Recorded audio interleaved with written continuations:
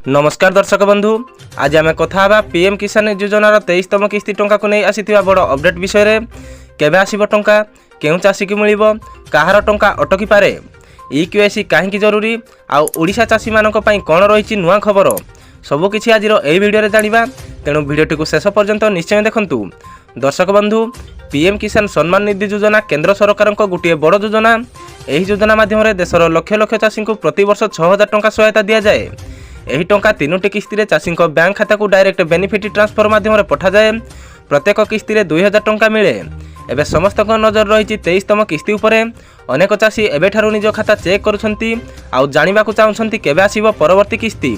मिलिथिबा सूचना अनुसार जून रु जुलाई 2026 मध्य 23तम किस्ती टंका जारी होई पारे, जदिও सरकार पक्षरु एपर्यंत ऑफिशियल डेट घोषणा होई नाही। गत किछि किस्ती रे अनेक चाषी टंका अटकी थिला, केही ईक्यूआईसी करि नथिले, किछि बैंक अकाउंट सो आधार लिंक होई नथिला, आउ काहार मध्य लैंड वेरिफिकेशन पेंडिंग थिला। तेणु सरकार पक्षरु बारंबार कहा जाउछि जे समस्त चाषी निजर डॉक्यूमेंट ठीक रखंतु। जदि आपण पीएम किसान रो 23तम किस्ती पाइबाकू चाहुछंती तेबे सबुठारु प्रथमे ईक्यूआईसी कंप्लीट करंतु। ईक्यूआईसी नथिले टंका अटकी पारे। आपण घरे बसी मोबाइल द्वारा ओटीपी माध्यम रे ईक्यूआईसी करि परिबे, नहले सीएससी सेंटर को जाई बायोमेट्रिक ईक्यूआईसी मध्य करि परिबे।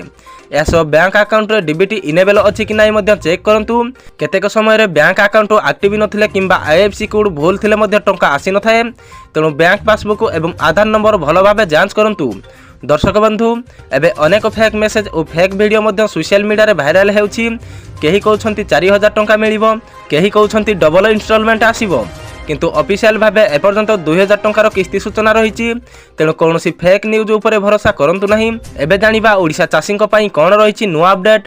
ओडिशा रे जेउ चाषी माने पीएम किसान सह सीएम किसान योजना रे मध्य नाम रखिछंती सेमानकु डॉक्यूमेंट वेरिफिकेशन ठीक रखिया को कहा जायछि, कारण आगामी समय रे दुईटी योजनार डाटा वेरिफिकेशन आहुरी अधिक कड़ा होई पारे।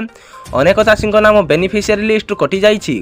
तार मुख्य कारण हेउछि भूल Aadhaar number, land record problem किंबा ईक्यूआईसी पेंडिंग। जदि आपनक नाम लिस्ट नाही तेबे निकटस्थ सीएससी सेंटर किंबा एग्रीकल्चर ऑफिस को जाई जांच करंतु। आ गुटिए बड़ कथा हेउछि केतेक चाषी पीएम किसान पोर्टल रे रिजेक्ट किंबा पेमेंट फेल देखाउछि। एमिति हेले चिंता करंतु नाही।